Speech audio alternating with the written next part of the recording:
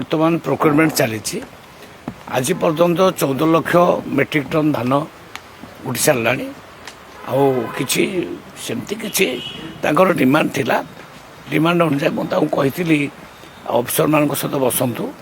एवं काली अनेक डिमांड भी मानि नहीं कस्टडी मेन्टेनान्स 3 मास आम से जो मागुले 3 मास भी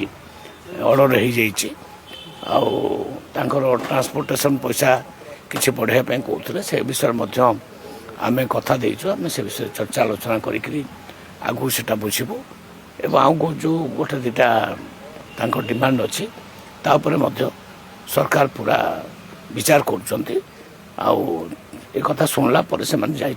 आंदोलन फांदोलन किसी ना पूरा धान उठला लिफ्टिंग कौन सी प्रोब्लेम ना सबू जिले में प्राय 19टा जिले में बर्तमान प्रोक्योरमेंट चलती।